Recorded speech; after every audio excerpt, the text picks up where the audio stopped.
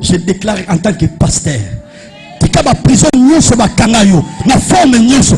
Tonga lelo obima pe ba porte à prison et bukana au nom. Je lève les yeux vers le Dieu de mon salut, du haut des cieux.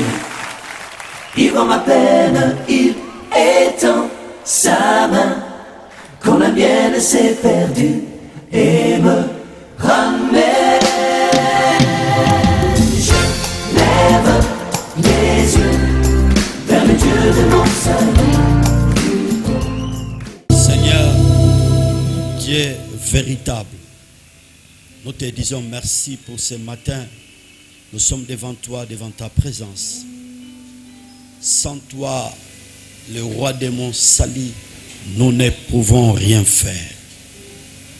Prends le contrôle de ces moments. Donne la compréhension à ton peuple, afin que chacun puisse recevoir quelque chose de nouveau.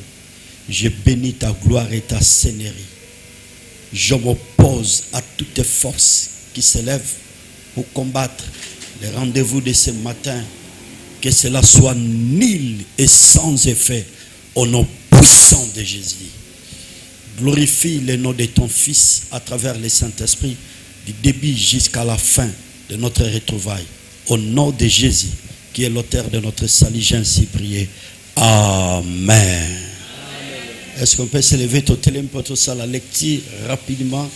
Jean chapitre 16. Jean chapitre 16, Tobandi na 21 verset, Boeto reçu qui s'en a 22e verset. J'ai la parole de Dieu au nom puissant de Jésus. En vérité, je vous l'ai dit. Vous plairez et vous lamenterez, et le monde se réjouira. Vous serez dans la tristesse, mais votre tristesse se changera en joie. La femme, lorsqu'elle enfante, éprouvait de la tristesse parce que son heure est venue. Mais lorsqu'elle donne les enfants, elle ne se souvient plus de la souffrance à cause de la joie qu'elle a de cet enfant est né dans le monde. Vous donc aussi, vous êtes maintenant dans la tristesse, mais je vous verrai et votre cœur se réjouira et nul ne vous ravira votre joie. Que Dieu bénisse sa parole. Que le Seigneur bénisse sa parole. Que Dieu bénisse sa parole. Est-ce que tu rebeta maboko maboko makasi wana? Na senti ote bakisa dose maboko. Bakisa dose maboko maboko ba pentecôtiste. Maboko baton zamba sélectionné na tonga lelo. Maboko baton zamba compté parmi ba vivants. Maboko bato ba sa reconnaissant pour la bolamu nzambe. Nicolas bomoinao, Nicolas famille na yo. Alléluia. Bakisa na ba cri de joie, na ba cri de joie. Beta maboko na ba cri de joie. Alléluia. Gloire au Seigneur.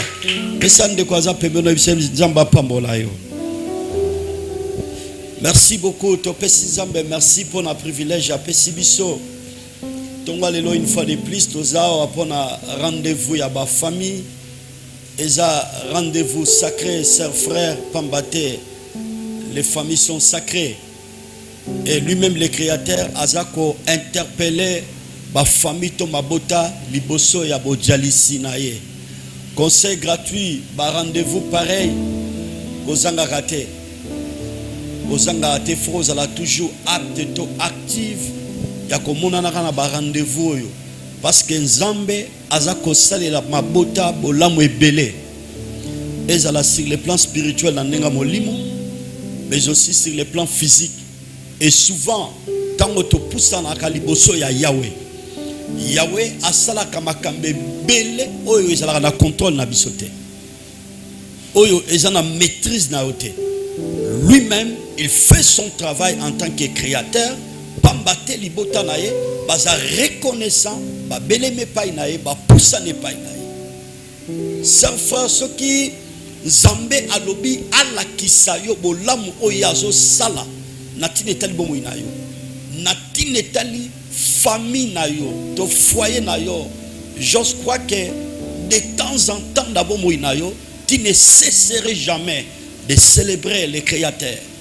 tu ne cesserais jamais d'adorer le Créateur. Okolemba kotonda ete, okolemba ko sanjo la ete, okolemba te kopesa ye lokumu oya kokinango, pona bolamu oyo ye azako sala na tine tali bomu inayo, et pourquoi pas pona libota na yo. Bien aimé, Tolingi juste te partager pendant quelques minutes, il change nos pleurs en joie. Il change nos pleurs en joie. Abongo laka bilelo na biso na esengo. Abongo laka pasi na biso. Abongo laka mikakatano na biso. Abongo laka minyoko na biso. Abongo laka ba humiliation na biso na esengo. Plaire ba pesi biso définition ezali action de plaire. On est à définition ya mboto liboso. Deuxième définition ezali écoulement de larmes. J'ai aimé troisième définition ezali expression de la situation difficile. Donc plaire tokolela elingi juste kotalisa ma soeur mon frère étape difficile oyo mutu azali ko traverser na vie na bomo inaye na famille na ye, na foyer na ye, plus loin na mai oyo nyonso ya zo sala. Il y a des difficultés, il y a l'opposition, il y a l'oppression de l'ennemi. Le nyonso mutazo sala zo mona clarté. Il voit que des ténèbres, et dans le mariage, et dans le commerce, et dans le musala, et dans le kotanga, nyonso oyazo kana projeté na vie et zo simbati. Et ce qui est plus loin, dans les mariages, les choses ne marchent pas. Il y a des temps, tantôt à remarquer qu'il y a comme une grosse, comme une grossesse, mais après un certain temps, grossesse soit disparaître dans yango. Donc il y a des moments sombres, des moments difficiles. Oh, nous avons traversé na katia bomo inaye. Yena mobali naye, yena mwasi naye, boyokani ezate. Bana na ba parents boyokani ezate. Parce que dans la famille, lorsqu'il n'y a pas la paix, il n'y a pas la joie, il y a la tristesse. Il y a la tristesse, ma soeur, mon frère. Est-ce que nous sommes ensemble? Que Dieu soit loué. Alors, définition de la joie, la première aspect, c'est le sentiment du bonheur. Deuxième, c'est le plaisir. Sentiment du bonheur, deuxième définition, c'est le plaisir. Donc, joie, to esengo. Ezali esengo ya bomengo, esengo ya bénédiction, esengo ya richesse, esengo ya fortune.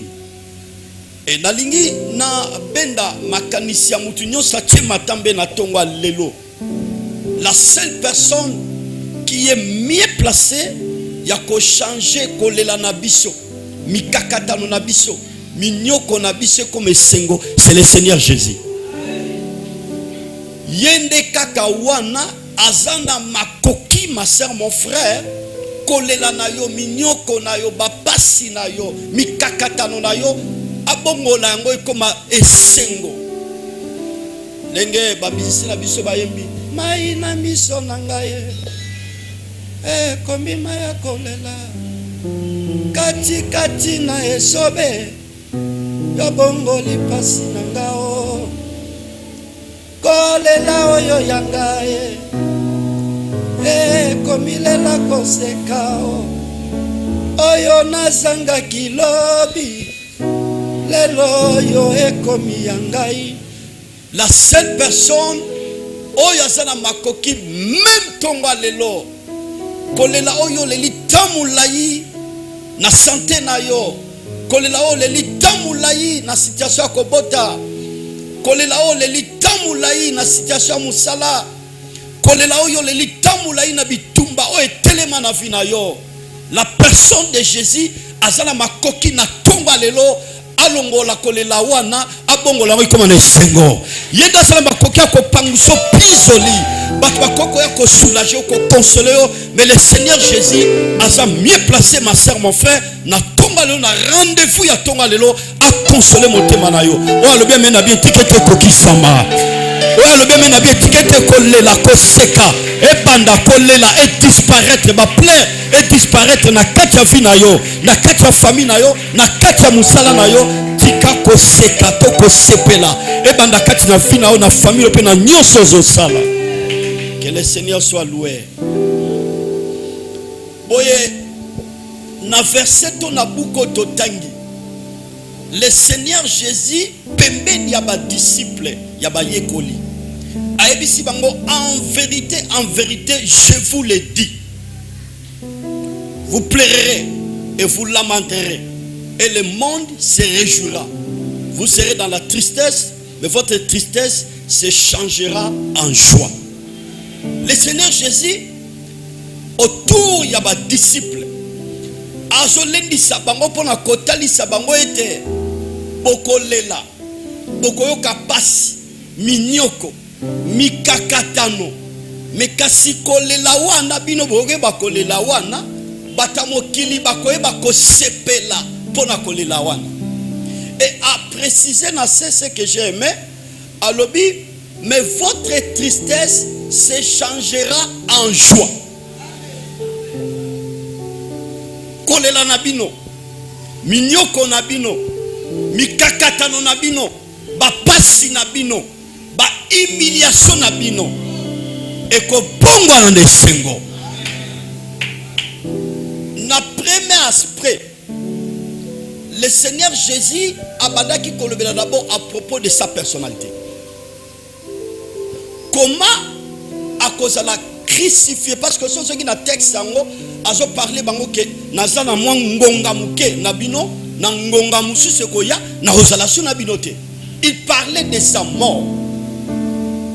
Lui en tant que Dieu alingaki juste ko rassurer ko lendisa bato nyonso bandimela kiye. Après sa mort, et c'est une étape moko difficile oyo ba disciple to ba apostole ba ko traverser. Alors alingaki ko lendisa bango pona ko réconforter bango pour une étape difficile wana. Tango ya kokufa. Parce que selon les disciples balingaki koyoka atamukete pour ce qui concerne la mort de Jésus. Na matoi na bango balingaki koyoka ngote. Parce que baebaki que Jésus azalaki fierté pour na bango. Jésus azalaki sécurité pour na bango. Jésus azalaki remède pour na bango. Jésus azalaki nyonso pour na bango. Jésus azalaki honneur partout bipai bango bazalaki kokende na ye. Tant que bazo tambola na Yesu pour na bango azalaki honneur. Donc disparition ya Yesu ba disciple balingaki koyoka ngata mukete. C'est pour cela lui en tant que maître, le sauveur de l'univers, azalaki censé to obligé ya ko ramener pensée ya batu nyonso bazalaki autour de lui pour na kotalisa bango boko lelaka pe bongo zala minyoko boyoka pasi batamokili bakoseka bino. Vous savez ma sœur, mon frère, pasi ya moninga kolela ya moninga minyoko ya moninga ba humiliation ya moninga betap nyonso mutu akoko traverser na vie pour d'autres pour na batu mususu c'est un sujet de joie. C'est pour cela le Seigneur Jésus na verset na écriture toujours partager na bino a mentionné très bien a ebisi ba disciple que mort oyo koyelanga étape on a ko traverser. Quand je vous quitter tant na rotika bino permettez boye ba ete mokili ba ko sekabino. Donc la mort de Jésus est là qui un sujet de joie pour notre souverain sacrificateur. Oui. Pour nous c'est un sujet de joie parce que Jésus a qui témoin gênant pour notre souverain sacrificateur. Tata onenga ye ayo bebisa masolo na biso. Tata onenga ye ayo ko renverser magamu na biso. Tata onenga ye batu nyonso bakotika biso bakolanda ye. Tel qu'il y a plusieurs personnes, ma soeur, mon frère, bo soinate, bo bundate, bo ele loko mokote moza témoin gênant pour naï. Ouais. Donc en fait présence d'ailleurs, ils ont rendre mal à l'aise. Et Jésus alingaki juste kotalisa bayekoli, peu importe quel que soit le moment où vous traversez, vous avez que tristesse na bino, mikakata na bino, kolela na bino, minyoko na bino, et ko bongo anesengo. Dans l'église, c'est là ramener pension na tonga lelo. Et l'église, c'était que le bâtiment lelo tozo sambela nyon sezaka alléluia amen. Non. Il y a des moments difficiles où il y a qu'à la vie. Mais je vois la maladie et ça peut persister.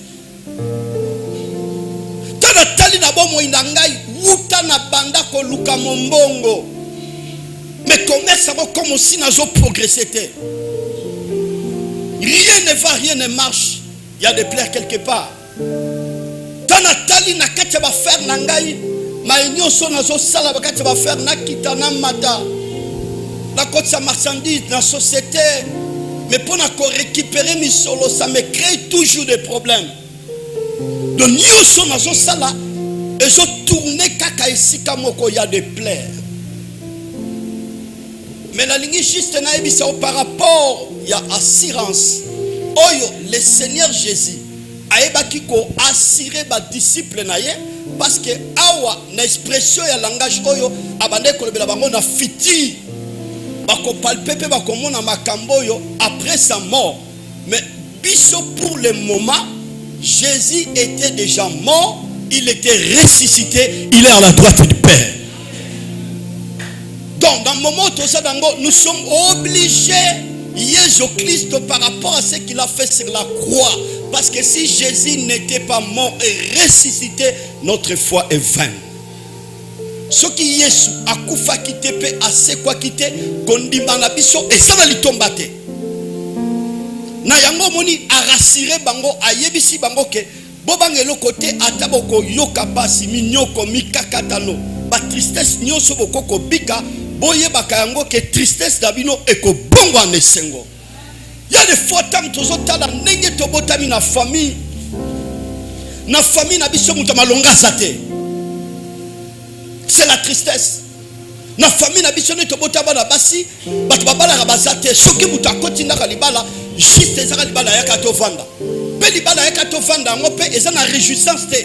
De quoi moi si depuis akendanda ko libala na asepela kate, il y a toujours des problèmes, il y a des plaies, il y a kolela na kati.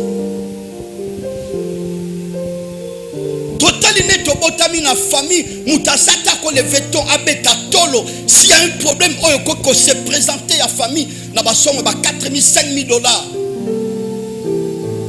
Mutaza béni, mutaza élevé na kati ya famille azate. Eza ko lela, eza minyoko ya de force autour mituna. Pourquoi na botama na famille? Ni ne sait que na botama na famille. Oui, question eza na batu mususu ba koko changer ba famille, mais il y a plusieurs personnes ba changer ba famille. Quand on dans le quartier, on a envié famille grecque, on a venir mon corps. Quand on dans la commune place au Botami, on a envié famille, on a na quartier commune. Quand on dans la ville place au Botami, on a envié les voisins par rapport à leur famille. Mais la ligue juste na tomba le na rassuré yo. Quel que soit Kolela, quel que soit Minyoko, quel que soit Mikakatano, quel que soit ma humiliation à famille, quel que soit, rien ne va, rien ne marche dans la famille, Dieu est juste. Zamba Zazobate, Oya Bibiso na kati ya famille wana. Yonde ma soeur mon frère, Okolongo la tristesse. Yonde ma soeur mon frère, Okolongo la chaos. Yonde ma soeur mon frère, Okolongo la famille. Na étape difficile où bazo traverser. Yes ebisi bango, ebisi ba disciple, alobi na bango tristesse na bino ekobonga na joie. Na eko s'adresser à mutu nyonso, aena tonga lelo, tikala ebisa yo, tristesse à famille na yo, kolela famille na yo, na tonga lelo ekobonga na esengo. Esengo sokota na kati ya libota na yo. Dieu va changer les tonnerres. Dieu va changer les tonnerres. La seule personne qui est mieux placée, ya kolongo la bilelo, et comme en esengo, et ça Yesu Kristo esengo ekota na kati ya libota na yo. Soki bato babalaka te tika te processus de mariage ebanda esengo ekota. Soki bato baprogressaka te tika te processus ya progrès ebanda na kati ya famille na yo esengo ekota. Soki na kati ya famille na yo bato babalaka te bato baprogressaka te na déclarer na tongo lelo au nom de Jésus esengo ekota kolela et disparaître oya lobeme na bien tika te kokisama au nom de Jésus. La seule personne oyo aza mieux placée pour na kolongola bilelo na kati ya libota eza Yesu Kristo. Yende mutu apangusaka batu pinzoli. Yende mutu apangusaka pinzoli ya mabota. Oye awa oye kosala comédie te. Oye awa oye pe na théâtre te. Mais oye na tonga lelo oye kokutana na motoyo. Babengi mutu mukwabu. Na motoyo a changera badonner. Na motoyo alongola mutu na neya pa vandise na kiti. Na motoyo asala makoki ya ko changer histoire ya famille na ye. Mutu nyonso ngandimi makambo na solo baloba ngayeyo. Oh, soki réellement esayo tika histoire ya famille na yo changer. Kolela ebongwa na esengo. Bobanda koseka na kati ya famille, koseko na boseka te, koseke banda na tonga lelo. Au nom de Jésus, na famille na yo, na nyonso bokosala, koseke banda, na koteka, koseke banda, na kotanga, koseke banda, na ba projet nyonso bozokala bo projeté, koseke banda, nyonso bokosimba. Je déclare ce matin, koseka e banda.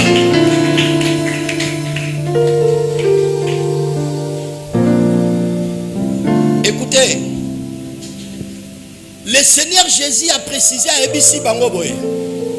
Au moins moi si tant que ma grossesse, Ana Mukumba, moment oyo a commis na terme poetazo makoki akokitisa Mukumba na ye.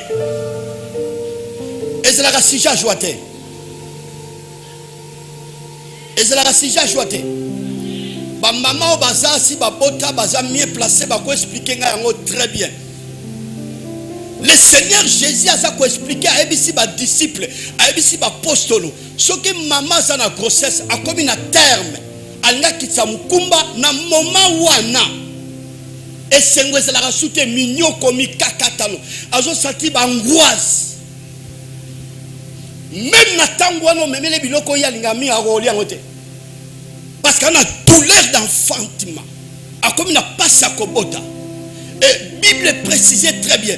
Le Seigneur Jésus par rapport à ce verset a maçonné très bien. L'andé loko alobi. Moi si tango ya zo kapasi wana ya kobota et sengo ezate. Midio komi kakata moi na ngabima. Ba mususu kutu ba mama mususu bazanga maîtrise tantôt ba ko ba ko injire bazo finga. Ouais, il y a plusieurs femmes dans le moment il y a douleur d'enfantement, parce que la déplacement de langage.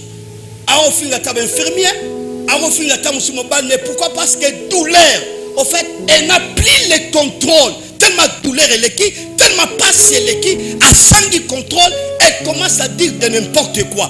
De la même manière aussi, lorsqu'un homme ou une femme ou une famille va traverser ma tape difficile, on remarque qu'une famille ou un atone de quoi a perdre la contrôle maluba ou la kokoloba. Ni les ont poussé mouta comme à un niveau à cause de douleur et de souffrance. Ouais. Mais le Seigneur Jésus a précisé ce qui moi si oyo a boti kak a moni moine a simbi moine of the fils douleur nyos angoisse nyos souffrance nyonso ya moni wana abosa yango yango monde bakisi na se alobi esengo ngana kopesa bino mutasata kokolongolango nalikisi tena bisa mutaya na tonga lelo omonde mozao ozalo kola moi sasa na grossesse comme pena kobota koza la grossesse eliko bani ezali juste semence ezali juste bénédiction oyo nzambe a déposer na kati ya bomo ina o mokili bazomona te ebisa ndiko aza pemelo mokili bazomona te lipamboli o nzamba aloba pona nga o alaka pona ngai Nengoza, c'est la douleur d'enfantement. Tonga lelo, tu vas enfanter. Ok, a bien été. C'est la douleur d'enfantement. Tonga lelo, tu vas enfanter.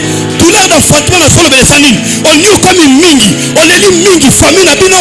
Pour vivre ba humiliation mingi. Ce matin, tu vas enfanter. Ça signifie quoi? Bilaka nyo son samba laka. Na fina yo, na famille na yo, na tonga lelo, et so banda. Kolela, et so bongo ne sengo. Au nom de Jésus, je le déclare ce matin au nom de Jésus.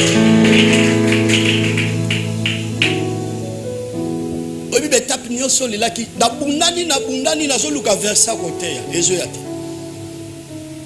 Je n'ai pas compris ngabi. Oh mais verset zo matanga pourquoi? Verset zo elanga kaka pourquoi? Donc verset mo tingami na ngai. Landa lobia. Vous donc aussi, vous êtes maintenant dans la tristesse. Mais, je vous en référerai. Et votre cœur se réjouira. Bino sikawa. Bozana katia passe. Mais na zoebi sabino. Mitema na bino. Eko sepela. Et ni ne vous ravira votre joie. C'est merveilleux. Mon côté akoki koboto la bino et sengo wana. Tango Yesu ayaka kopangusa pinzoli. Tango Yesu ayaka kosilisa matanga na kati ya vie na kati ya famille ya mutu mutasate akoki ko arrêter réjouissant to matango Yesu asilisi. Pepa beta maboko pola lokumu na nzambe wana. Maboko ba pentecôtiste. Maboko ba ton samba so pambola pa so tonga. Est-ce que bakisa na milolo? Oh, na milolo.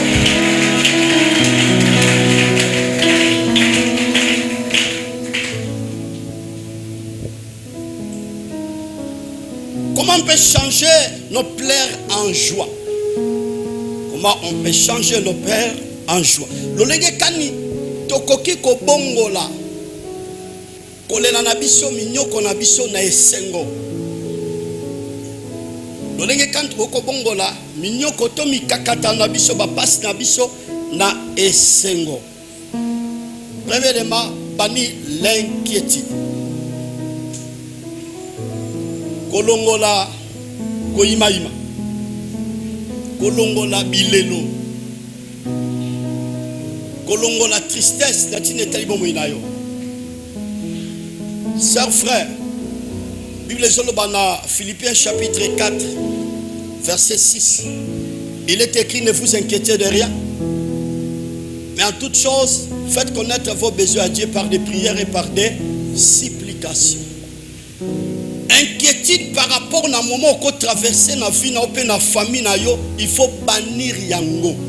Il faut longola yango. Ponani, il faut longola yango.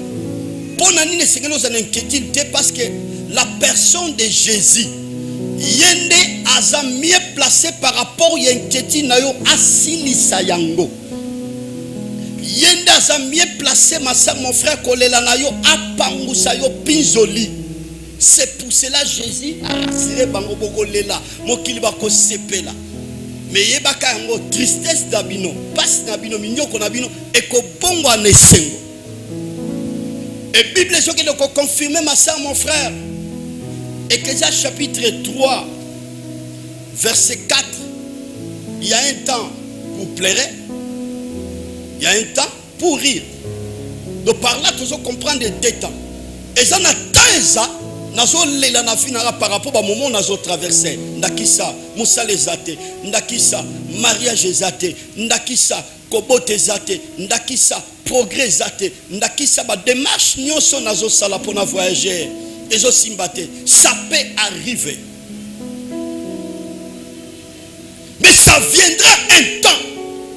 Oh mais top nyonso nazo traversé, le Dieu créateur va tourner la page. Ane balula ma solo est changé, histoire est changée. Collé la ibongani comme yesengo.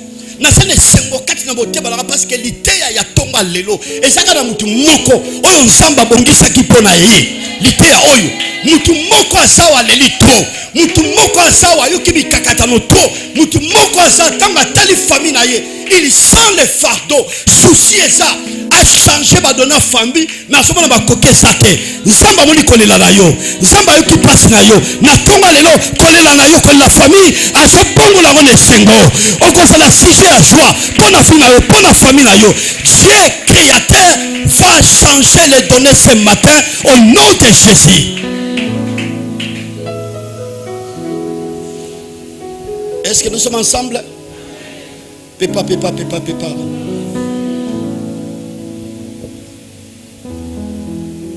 On a chuté pour l'angwana biso. Douleur, ba tristesse, mikakatano, ba humiliation.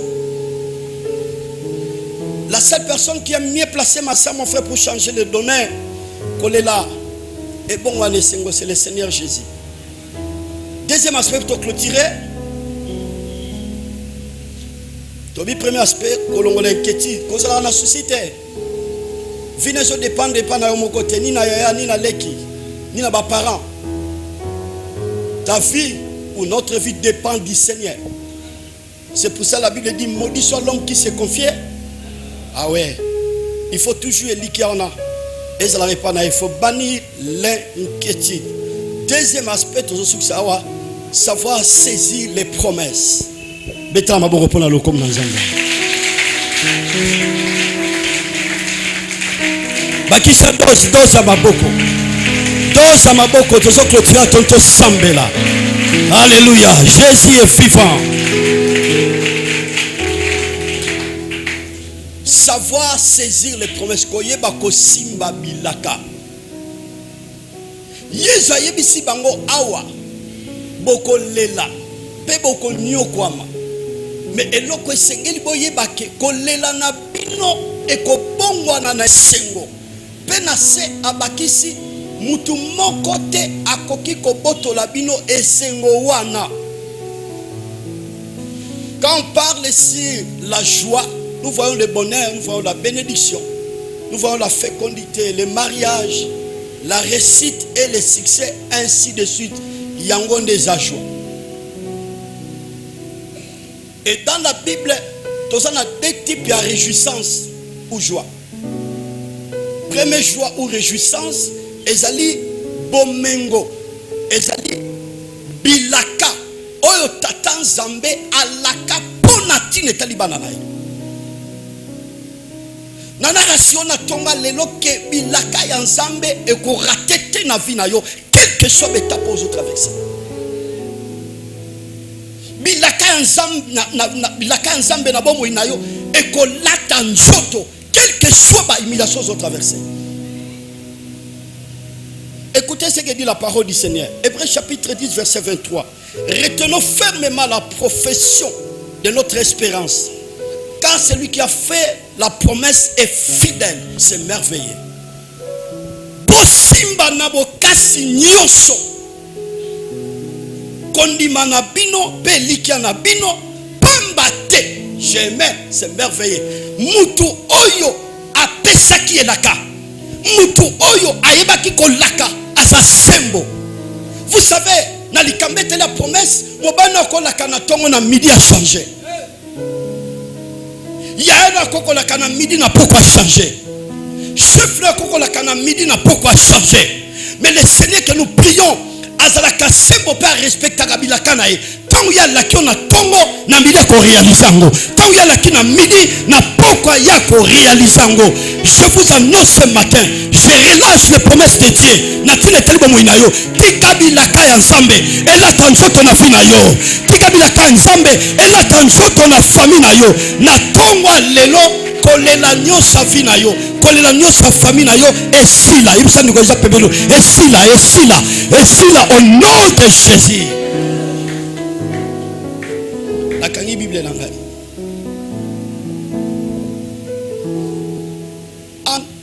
À travers ce qui moment à plaire, moment à tristesse. Mais tant le créateur a évoqué qu'on changeait tristesse en joie, Dans 1 Samuel chapitre 2, si j'ai une bonne mémoire, la Bible était Anne, elle avait composé un cantique. A composé un cantique à Sanjo dans Zambé. Natonga lelo lo yembo ezo banda na vina. Bakotinda pour formuler cantique. Mais lorsque vous poussez pour formuler cantique, eza makambo nzamba ko sabo moinayo. Eli kotali sanini kolela oyo lela tamula nzamba zo bongola ngo koma na sengo.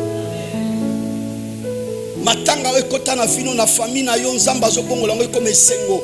Alors na nyonso ya ko sala na yango nde ko pousser yo ko tindika yo o composer cantique, ko composer cantique religieuse ko banini. Do okobanda ko tonda nzambe na bongo idayo tina palide kota la place yo uti kota la makambo nzamba sa na bongo inayo. Okobosala ba souffrance nyonso yo traversaki. Nyomba de ko botate. Tant nzamba zo pa consolo. Okobosala ba humiliation nyonso traversaki ndenge yo banda ko kobalate. Okobosala ba humiliation nyonso yo traversaki ndenge sala ki locataire ko futela ndako tango koma baye. Okobosala ba humiliation ba souffrance nyonso yo traversaki tango banda ko zanga kolia na pasi kolata na pasi kotanga na pasi nyonso na pasi. Tu vas oublier toutes ces choses na makambo oyo nkolo akoyeba kosa na vino na tonga leo na sanjao yango to sisane. Tu vas oublier ça. Anna bosana ki ba humiliation nyonso souffrance nyonso quand elle avait vu Samuel. Yo pe Samuel na yeza kwa lose na tonga lelo. Samuel na yeza kwa lose na tonga lelo. Samuel eza image à bénédiction o eza kwa lose na tonga lelo. Samuel est une image d'élévation, image à ouverture, image à délivrance, image à restauration, image à fécondité, image à ouverture. Que le Seigneur bénisse sa parole. Que le Seigneur bénisse sa parole. Que Dieu bénisse sa parole. Telemato Samuel, fumula borona yo. Na bondeli na tongwa lelo, le Dieu qui change les pleurs en joie. Tika kolela na tonga lelo ebongwa na esengo na via ndeko moko chema tambe na tonga lelo. Kolela ya famille moko na tonga lelo ebongwa na esengo na kombo na Yesu. Na keko déclarer na telemi lokola mosakoli. Na détruire nguya nyonso molili ya plaire ekota na kati ya vino na famille na yo. Ya malade, ya manque à progrès, ba problème successifs. Manque à mariage, manque à fécondité, par les pouvoirs, l'autorité que Dieu m'a confiée. Na pengani yango libéré fina pe famille na yo au nom puissant de Jésus. Au nom puissant de Jésus. Au nom puissant de Jésus. Au nom puissant de Jésus. Na pengani yango. La Bible dit quiconque invoquera le nom du Seigneur sera sauvé. Il y a une puissance qui va te toucher. Il y a une puissance qui va te libérer. Pour la kolongo la matanga, oh Satan a kotisa to linga kotsa. Na tonga lelo. Quiconque invoquera le nom du Seigneur sera sauvé. Belle la combat avec foi. Quand on se belle avec foi, il y a quelque chose qui va se passer. Yango. Jésus. Reçois la joie. Que la tristesse soit disparue au nom de Jésus. Mikakatano elimo na fina yo au nom de Jésus. Milimo mabenyo sebumisaka yo. Ya ba mari de nous, ba famille, ba femme de nuit. O renda comme mal à l'aise et disparaître na tonga lelo au nom de Jésus. On va la libérer dans la force de Dieu. On va la libérer dans Mbouya Molili. Reçois la délivrance ce matin au nom de Jésus. Sois délivré ce matin au nom de Jésus. Dabi Baleango, vous allez connecter, vous allez visiter yo. Batang ezo sila, kolele ezo sila. C'est lui qui change la tristesse en joie. Azo consoler yo, consolation ezo banda. Ozo senti déjà ba ouverture na vie na yo. Ozo senti déjà mignolo ezo koya. Ozo senti déjà comment ba ozo bima na boloko bipa yo chai ba chayo. Bipa sata chao na boloko na tonga lelo ozo bima. Ozo bima. Yango Jésus. Que les chaînes tombent au nom de Jésus. Que les chaînes maléfiques tombent au nom de Jésus. Que les chaînes sataniques tombent au nom de Jésus. Que le fiancé du ténèbre libère ta vie au nom de Jésus. Que la vie commence au nom de Jésus. Que la vie commence au nom de Jésus. Allez, reçois la vie, reçois la restauration, reçois la délivrance, reçois la fécondité, reçois la bénédiction au nom de Jésus. Les barrières tombent au nom de Jésus. Les obstacles tombent au nom de Jésus. L'influence du ténèbre est disparaître au nom de Jésus. Et disparaître au nom de Jésus. Et disparaître au nom de Jésus. Nguyana Nzambe simba yo masola sike banda. Nguyana Nzambe simba yo masola sike banda na vie na yo. Masola sike banda na famille na yo. Nguyana Nzambe simba yo. Nguyana Nzambe simba yo. Nguyana Nzambe simba yo. Badone changer makamba sike banda na tonga lelo. Makamba sike banda na tonga lelo. Makamba sike banda na tonga lelo. Yasuka yango tango zoganga Jésus ozobeta maboko loba Seigneur merci pour la joie na bomo inanga merci pour la joie na kati ya famille nanga merci pour la joie na kobota nanga merci pour la joie na musala nanga merci pour la joie na ba démarche nanga voyage yasuka yango Jésus banda kometa maboko banda ko prier au nom de Jésus. Non, merci pour la joie, merci pour la bénédiction, merci pour les ouvertures au nom de Jésus, au nom de Jésus, au nom de Jésus. Merci pour la joie. Je déclare en tant que pasteur tika ba prison nyonso bakanga yo na forme nyonso tonga lelo obima pe ba porte à prison et bukana au nom. Lève les yeux vers le Dieu de mon salut, du haut des cieux. Il voit ma peine, il étend sa main quand la mienne s'est perdue et me ramène.